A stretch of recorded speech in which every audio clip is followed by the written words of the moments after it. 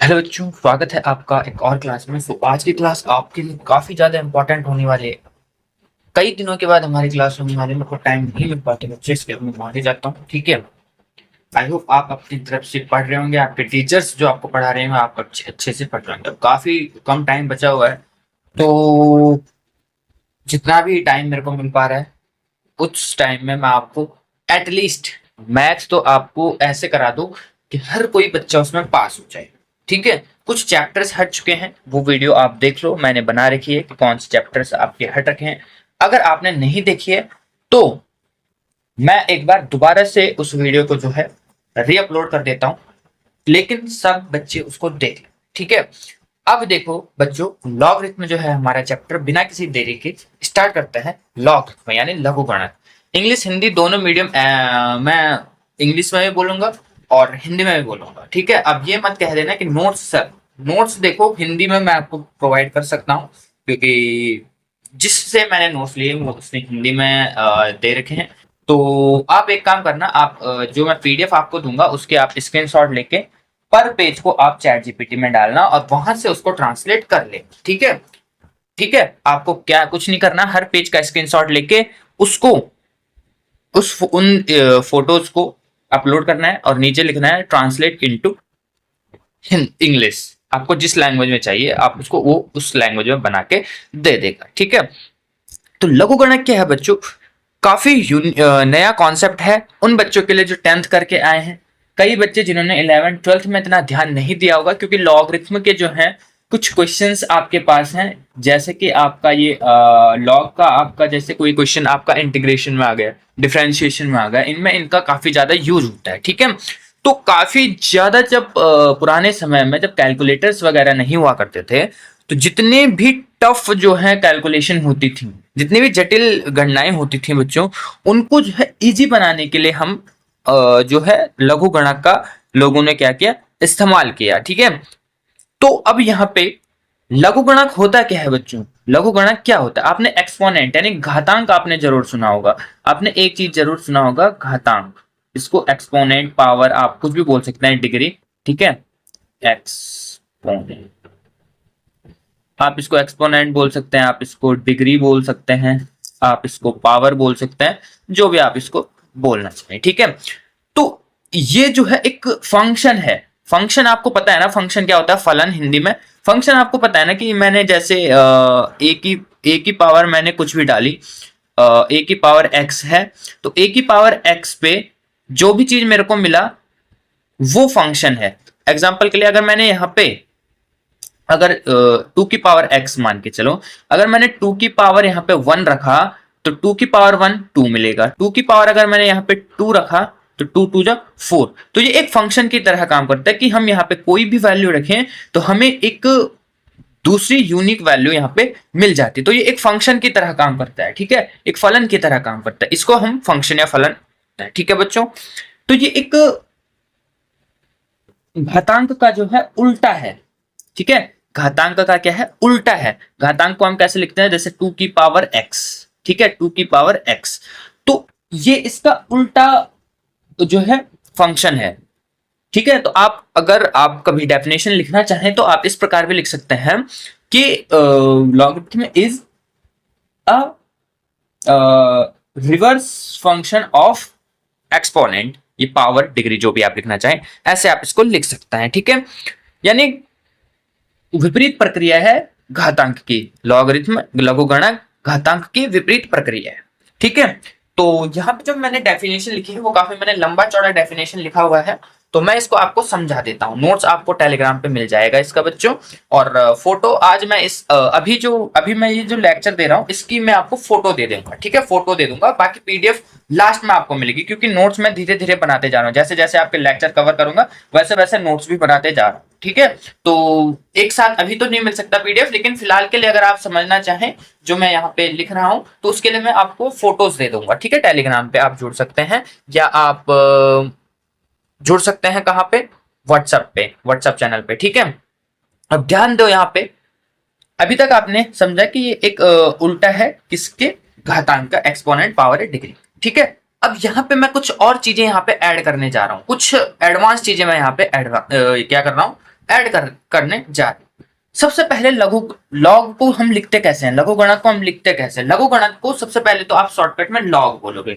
Log को कैसे लिखोगे आप?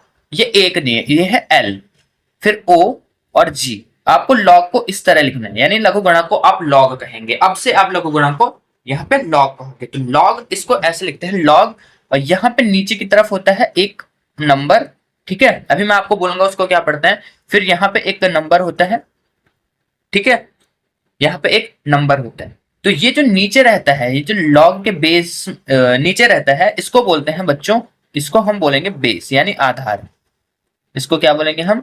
आधार या बेस, ठीक है। अब ये जो यहाँ पे है, इसको कई बच्चे, कई जो है आर्गुमेंट बोलते हैं, ठीक है, और कई इसको खाली नंबर भी बोलते हैं। ये एक संख्या है, ये एक संख्या है, ये एक लघुगणकीय संख्या है, आप इसको ऐसे भी कह सकते हैं। ये एक लघुगणकीय संख्या है, यानी लॉग नंबर है, ठीक है। तो कई इसको आर्गुमेंट। अब हम इसको पढ़ते कैसे है बच्चों? अब हम इसको ऐसे तो पढ़ नहीं सकते log A B. Log A B का मतलब तो ये हो गया ना कि log A into B. Log A B का मतलब तो ये हो गया। तो हम इसको इस तरीके से तो नहीं पढ़ सकते, तो हम इसको कैसे पढ़ेंगे? तो हम इसको इस तरीके से पढ़ेंगे बच्चों। पहले हम पढ़ेंगे log of B. Log of B, क्योंकि बी क्या है? बी एक नंबर है। कैसा number?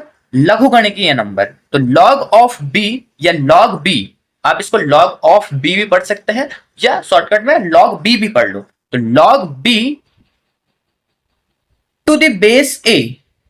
Log b to the base a, हमने इसको ऐसे पढ़ना है, log b to the base, to the base of, to the base of ए।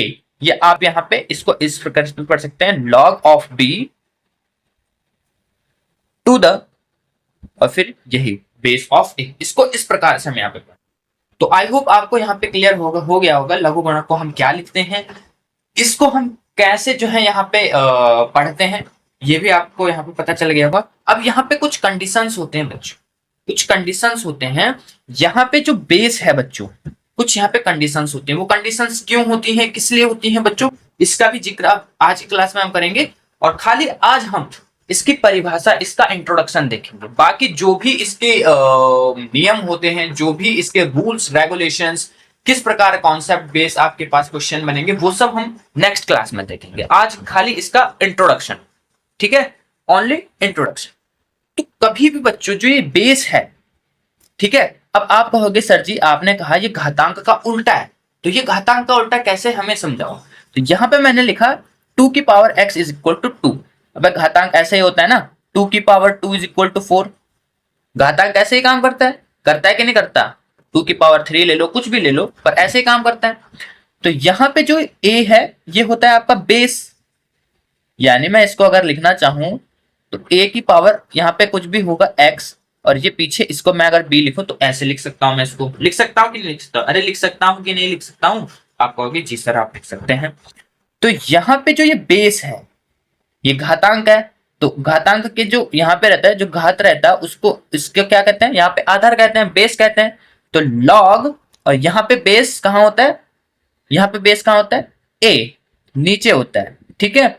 और ये जो x है ये पीछे चला जाता है, और ये जो b है, मैंने आपको कहा b क्या होता है? b होता है एक नंबर। तो यहाँ पे b भी एक नंबर है, और यहाँ पे b जो है वो लॉगरिथम नंबर बन जाता है, लघुगणकीय संख्या बन जाता है। तो ये b हमारा आगे आ जाता है, और ये जो x है इज इक्वल टू के पीछे चला जाता है।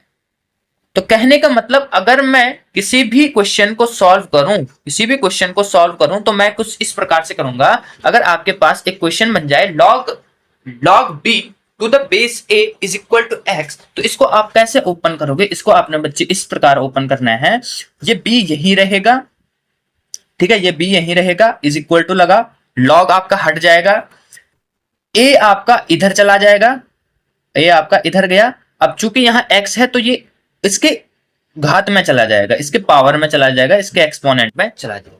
तो इसको इस प्रकार सॉल्व कर सकते हैं। एक नंबर में या दो नंबर में आपसे कैसे क्वेश्चन पूछ सकता है? दो नंबर में या एक नंबर में बच्चों आपको क्वेश्चन इस प्रकार पूछ सकता है कि भाई हमें बताओ log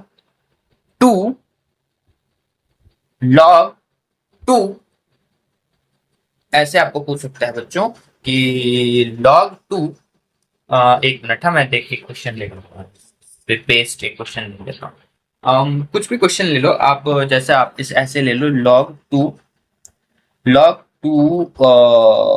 4 ऐसे करके लिख लो, नहीं log 2 8 is equal to x। तो यहाँ पे अब आपको पूछ लेगा x की वैल्यू क्या है, यहाँ पे आपको पूछ लेगा x की वैल्यू क्या है। तो अगेन हम क्या करेंगे, 8 को यहीं रखेंगे, 2 उधर चला जाएगा, पावर क्या हो जाएगा, पावर ये आपको पता है x किस में चला जाता है, आपको पावर पता है, पीछे वाला पावर में चला जाता है। अब यहाँ पे इसको 2 की फॉर्म में लिख लेते हैं, इसको 2 की फॉर्म में लिख लेंगे तो 2 की पावर 3 और 2 की पावर x। तो यहाँ से हम कंपैरिजन कर लेंगे आपकी डिग्रीज की या घातों की, तो x की वैल्यू यहाँ से 3 आ जाएगी। इस तरीके से भी आपको क्वेश्चन पूछा जा सकता है। जो क्वेश्चन इस तरीके से भी पूछा दिया, मतलब कोई भी दो चीजें दी गई होंगी और तीसरी चीज निकालने को बोल देंगे कि log 2 और यहाँ पे b की वैल्यू कुछ नहीं देंगे आपको, और यहाँ पे दे दिया 3। अब आपको कहेंगे b की वैल्यू निकालो, तो आप कैसे निकालोगे, सबसे पहले b को यहीं रहने दोगे, 2 उधर जाएगा, 3 ऊपर चला जाएगा, तो b की वैल्यू आ जाएगी कितनी, 8। आ जाएगी कि नहीं आ जाएगी, अरे आ जाएगी कि नहीं आ जाएगी, आप कहोगे जी सर आ जाएगी। तो ऐसे आपको क्वेश्चन पूछा जा सकता है। तो आई होप आपको अब किसी भी लॉग को सॉल्व करना आ गया होगा, ठीक है। अब मैंने आपसे कहा था कुछ कंडीशंस होती है, यहाँ पे हर नंबर्स के लिए अप्लाई नहीं होता है बच्चों लॉग, कुछ टर्म्स एंड कंडीशंस होती हैं जो यहाँ पे अप्लाई होती है। सबसे पहले कंडीशन, जो आपका बेस है, जो आपका बेस है a, वो कभी भी एक नहीं होना चाहिए।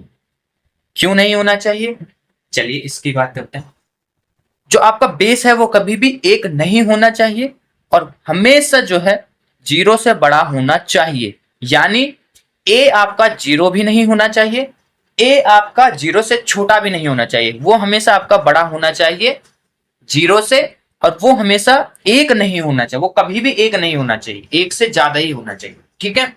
ये यहाँ पे ध्यान देने वाली बात है। अब एक क्यों नहीं होना चाहिए, इस पे बात कर लेते हैं। एक क्यों नहीं होना चाहिए, एक क्यों नहीं होना चाहिए, इस पे बात कर लेते हैं। साथ ही साथ जो आपका बी है, साथ ही साथ जो आपका ये बी है, ये भी 0 से भी बड़ा होना चाहिए, तभी कोई लॉग डिफाइन होता है, ठीक है। इन्हीं 3 कंडीशंस में, इन्हीं 3 शर्तों पे लॉग काम करता है। अगर ये नहीं है तो लॉग परिभाषित नहीं होता है।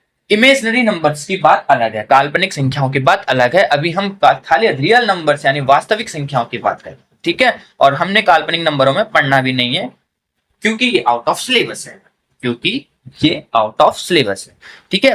तो a इज इक्वल टू, क्या कंडीशंस होती हैं, a एक नहीं होना चाहिए, यानी बेस एक नहीं होना चाहिए, बेस हमेशा 0 से बड़ा होना चाहिए, और जो आपका b है, लघुगणकीय जो नंबर है, संख्या है, वो हमेशा 0 से बड़ा होना चाहिए। चलिए इन पे एक एक करके बात कर लेते हैं। सबसे पहले इसको देखते हैं कि ये एक क्यों नहीं होना चाहिए। अगर यहाँ पे बेस 1 हो गया तो क्या होगा, अगर बेस 1 हो गया तो क्या होगा, सबसे पहले बच्चों जो आपका लॉग जो आपका बेस है a, वो 1 हो गया, तो क्या फर्क पड़ने वाला है, तो क्या फर्क पड़ने वाला है, तो सबसे पहले उस पर क्या फर्क पड़ेगा। अब आपको पता है, इसको हम ऐसे लिख सकते हैं कि a की power x is equal to b, ऐसे लिख सकते हैं ना। अभी आपको बताया, ऊपर सॉल्व करके मैंने अभी जस्ट आपको बताया, ध्यान दो, ठीक है। और इसकी रिवीजन करते रहना मुझे, ठीक है। अगर आप रिवीजन नहीं करोगे तो आप भूल जाओ, तो रिवीजन करते रहना बच्चों, प्लीज आपसे गुजारिश है।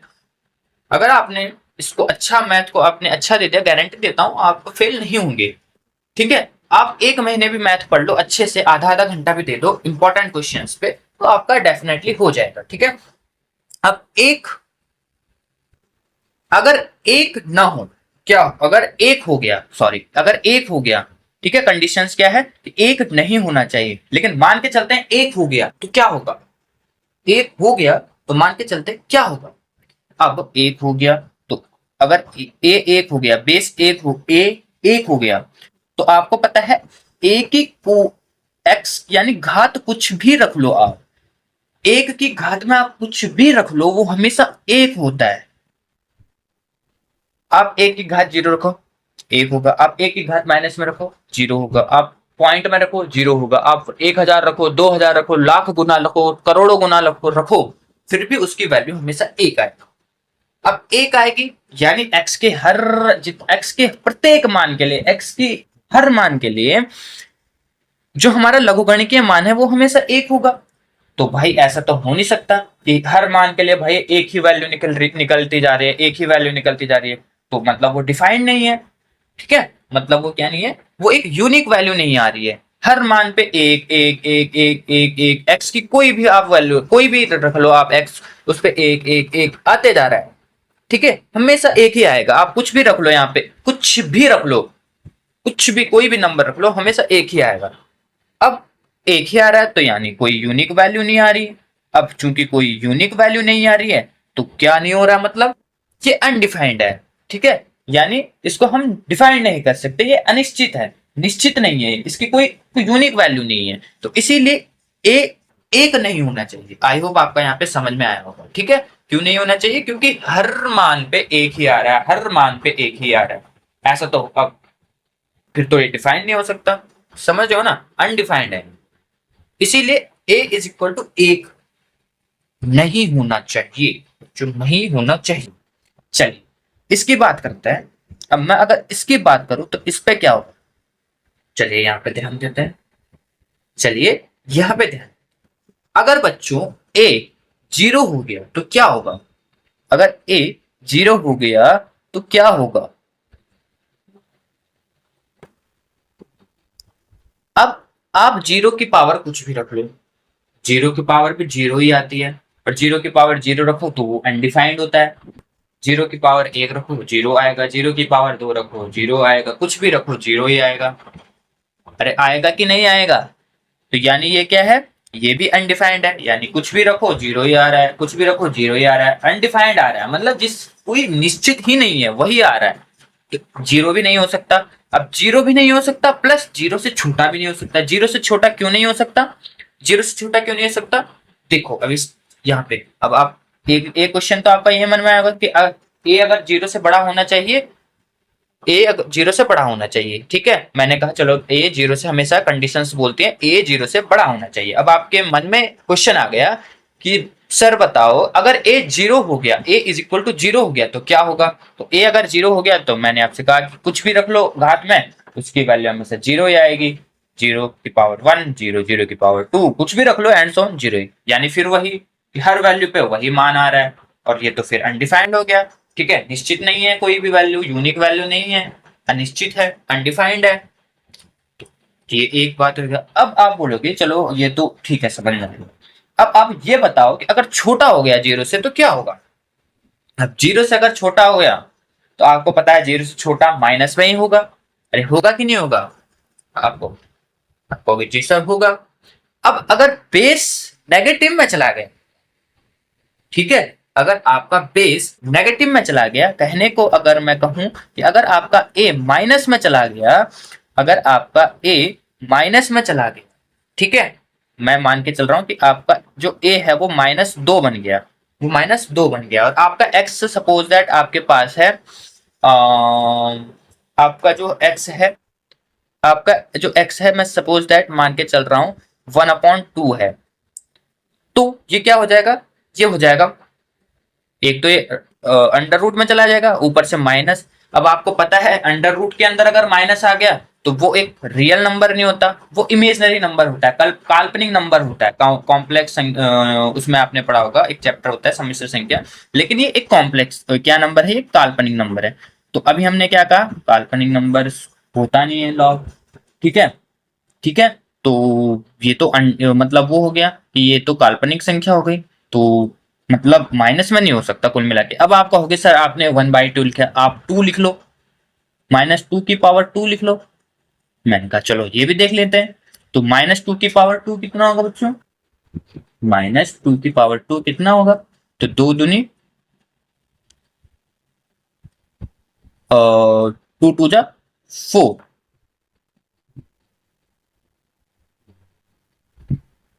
ठीक है, तो 2 2 जा 4 हो गया। तो यहाँ पे अगर ध्यान देने वाली बात क्या है, देखो बच्चों, क्या होगा देखो बच्चों, यहाँ पे देखो -2 की पावर 2 आप कहोगे 4, और ये क्या है, ये है बी, बी है ना, ये बी होता है ना ये। अब आप कहोगे सर यहाँ पे तो बी की वैल्यू 0 से बड़ी मिल गई, यानी ये तो डिफाइंड है, लेकिन आपने कहा ए नेगेटिव में नहीं होना चाहिए, आपने कहा ए नेगेटिव में नहीं होना चाहिए, यानी ये कंडीशंस तो यहाँ पे फेल हो गई। तो यहाँ पे बच्चों एक चीज यहाँ पे हमने ऐड करना है, एक चीज हमने यहाँ पे और ऐड करना है। ऐड क्या करना है कि कोई भी यहाँ पे अगर घात, यहाँ पे अगर एक्सपोनेंट, यहाँ पे अगर एक्सपोनेंट 2 हो, 4 हो, 6 हो, तो हमें कोई दिक्कत नहीं है, ए नेगेटिव हो जाए कोई दिक्कत नहीं है, क्योंकि ऐसी कंडीशन में वो हमेशा कैसे ओपन होगा, वो हमेशा कैसे ओपन होगा, पॉजिटिव नंबर हमें देगा। लेकिन अगर ये वैल्यू आपकी फ्रैक्शनल हो, ये वैल्यू आपकी फ्रैक्शनल हो, फ्रैक्शनल, अगर इंग्लिश में मिस्टेक हो तो माफ करना, ठीक है, क्योंकि और डेसिमल में हो, या आप इसको कह सकते हैं इरेशनल हो, ठीक है, तो यहां पे दिक्कत आ सकती है, ठीक है, ऐसी कंडीशन में दिक्कत आ सकती है। लेकिन अगर ओ, अगर बेस ए नेगेटिव, सॉरी ये नहीं, ये वाला, ठीक है, डिग्री की बात हो रही है यहाँ पे। लेकिन अगर अगर आपकी डिग्री जो है, अगर आपकी डिग्री फ्रैक्शनल हो या डेसिमल में हो, तो ऐसी कंडीशन में आपको दिक्कत आ सकती है।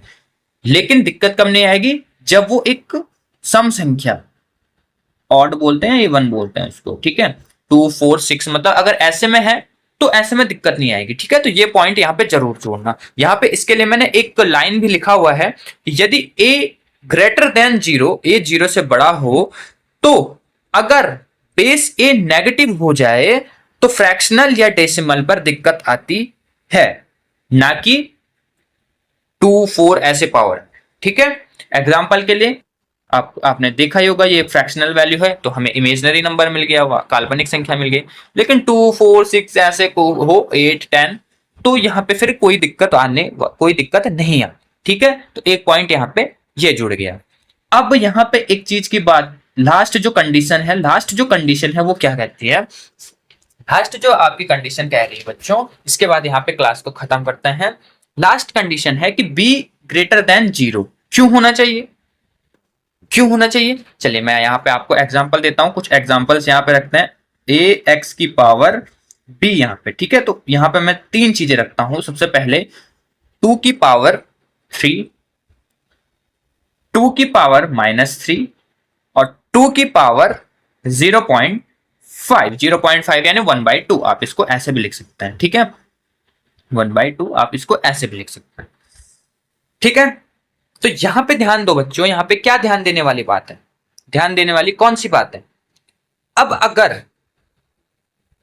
b जो है, इसकी वैल्यू कितनी आएगी, 2 2 जा 4 2 जा 8, इसकी वैल्यू कितनी आएगी 8। अब चूंकि माइनस में है तो ये हो जाएगा 1/8, इसकी वैल्यू कितनी आ जाएगी √2। अरे आएगी कि नहीं आएगी, आपको जी सर आएगी। अब अगर यहां पे देखो, मैंने कहा कंडीशन ये होनी चाहिए कि b आपका हमेशा 0 से बड़ा होना चाहिए। अब यहां पे आपके दिमाग में फिर से 2 क्वेश्चन आएंगी, क्या होगा अगर b 0 हो जाए या 0 से छोटा हो जाए, या 0 से छोटा हो जाए। 2 चीजें आपके दिमाग में आएंगी। अगर मैं कहूंगा कि b आपका हमेशा 0 से बड़ा होना चाहिए बच्चों, तो यहाँ पे अगेन आपके दिमाग में एक क्वेश्चन आएगा कि क्या होगा अगर b 0 हो जाए या b 0 से छोटा हो जाए। तो सबसे पहले बात करते हैं, अगर b 0 हो जाए क्या होगा, अगर b 0 हो जाए तो सबसे पहली बात क्या हो, सबसे पहली बात एक x की पावर आपकी 0 हो जाएगी, 0 हो जाएगी। अब यहां पे आप x की वैल्यू रखो, आप x की कोई भी वैल्यू रखो, मतलब आपको 0 ही मिलेगा। कहने का मतलब आप x की कोई भी वैल्यू रखो वो आपको 0 ही मिलेगा। अब हमें तो पता है a हमेशा हम 0 से बड़ा ही रखेंगे, हम क्या करेंगे 0 से बड़ा ही रखेंगे, तो मैंने यहाँ पे 2 रख दिया।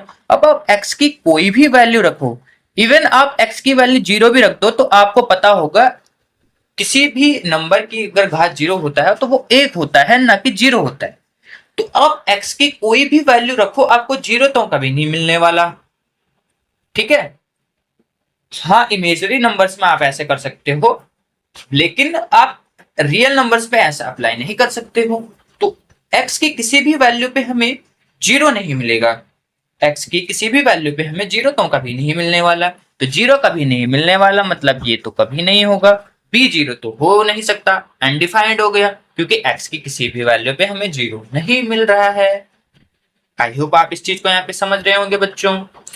अब दूसरी चीज, अगर b छोटा हो जाए 0 से तो क्या होगा? b छोटा हो जाए 0 से तो क्या होगा? तो लॉग डिफाइंड ही नहीं होगा। लॉग डिफाइंड क्यों नहीं होगा? ये हो जाएगा आपका अनडिफाइंड। अनडिफाइंड ऐसे ही लिखना है ना, डिफाइंड आप लिख लेना, जो भी स्पेलिंग सही होंगी करेक्ट कर लेना। b जो है 0 से हमेशा छोटा अगर हो गया तो क्या होगा? अब देखो यहाँ पे, देखो यहाँ पे b क्या 0 से छोटा है? b 0 से छोटा है इनमें से कहीं पे भी? आप कहोगे नहीं सर जी, यहाँ पे कहीं पे भी b 0 से छोटा नहीं है।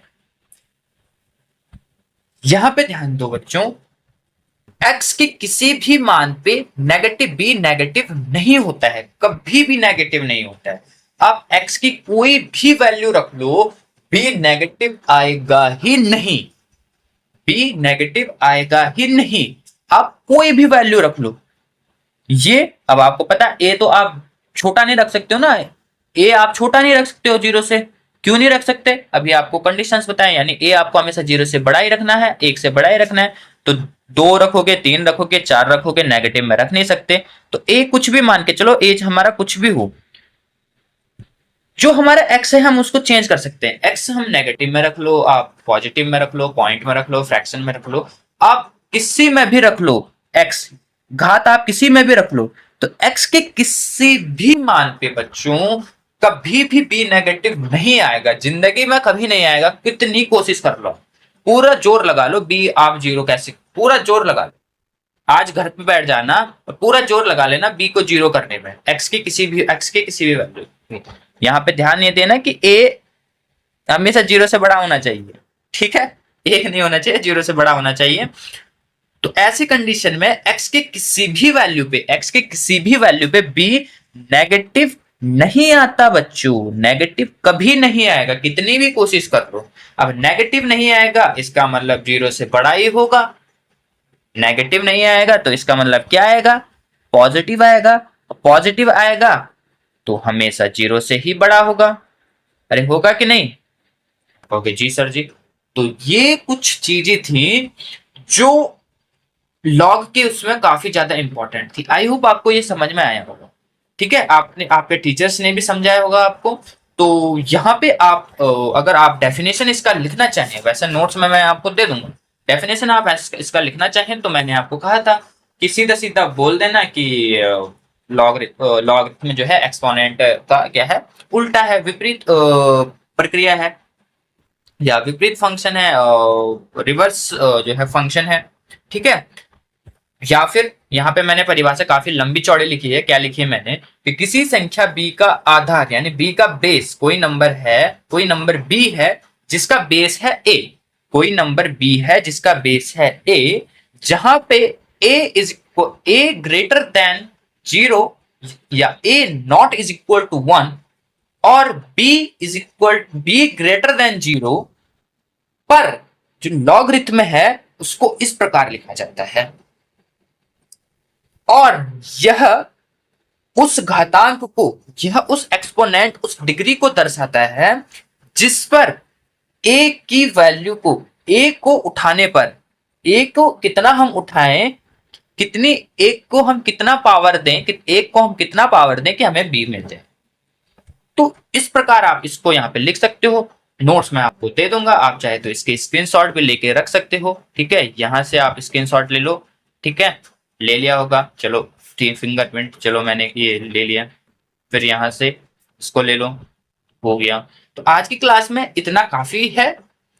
आई होप आपको लॉग समझ में आएगा। लॉग क्या है, हम इसको कैसे इसका यूज करेंगे, और इंपॉर्टेंट बात, एक नंबर का सवाल यहाँ पे यह है इंपॉर्टेंट, एक नंबर का सवाल, एक नंबर का सवाल, ठीक है। एक नंबर का सवाल आपका यहाँ से बन चुका है बच्चों।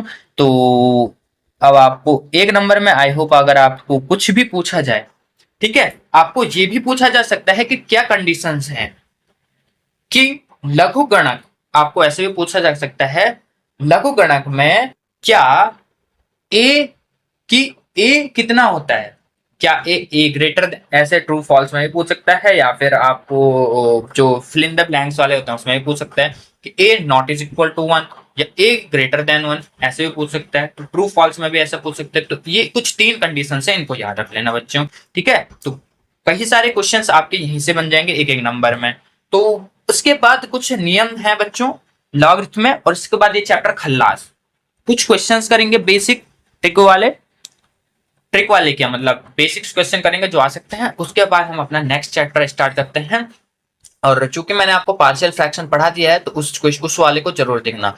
और जो मैंने 2 चैप्टर्स पहले पढ़ाए थे, परमुटेशन एंड कॉम्बिनेशन और आपका बायनोमियल थ्योरम यानी क्रमचय संचय और द्विपद प्रमेय, उनको मत पढ़ना क्योंकि वो सिलेबस से हटा दिए गए हैं। उन वीडियोस को मैं नहीं हटा रहा हूं क्योंकि वो काफी ज्यादा इंपॉर्टेंट है और मैंने काफी ज्यादा उन पर मेहनत की है, तो मैं नहीं हटा रहा। आपका कोई ब्रदर, आपके कोई रिलेशन में आपका कोई फ्रेंड या फ्रेंड का कोई भाई हो, अगर वो 11th 12th में पढ़ रहा है, जिसके पास कॉम्बिनेशन कॉम्बिनेशन हो, जिसके पास बायनोमियल थ्योरम हो, आप उसको उन वीडियोस को देखने के लिए सजेस्ट जरूर करना, क्योंकि वो मैंने काफी ज्यादा डीप में और काफी ज्यादा मेहनत मैंने उन वीडियोस पे करी थी। तो वो एकदम ऐसे कॉन्सेप्ट मैंने उसमें बताए हैं कि बच्चों जरूर वो आपके भाई, आपके जो जिसको भी आप बताओगे उसको जरूर हेल्प करेंगे।